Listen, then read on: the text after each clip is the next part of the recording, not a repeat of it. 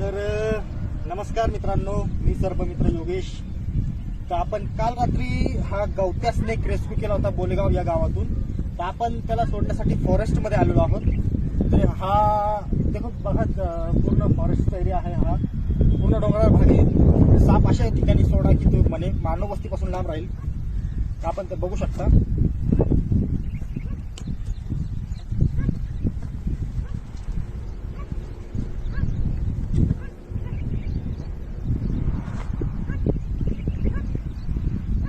तर हा गावत्या आहे. हा हिरव्या कलरचा असतो. घाबरायचं काही कारण नाही, कारण हा विषारी नसतो. कारण लोक विषारी समजून बऱ्यापैकी सापांना मारतात, तर तसं काही करू नका. आता गावत्या आणि हरणटोक हा सारखाच असतो, पण हरणटोक पातळ असतो, हा जाड असतो. हरणटोकचं तोंड थोडं हे असतं बारीक आणि हा जाड असतो. तर हरणटोक हा विषारी आणि गावत्या हा बिनविषारी.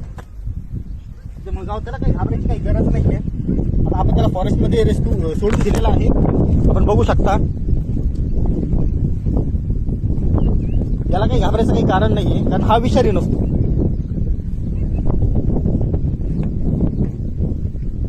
याला जाऊ द्यायचे असं.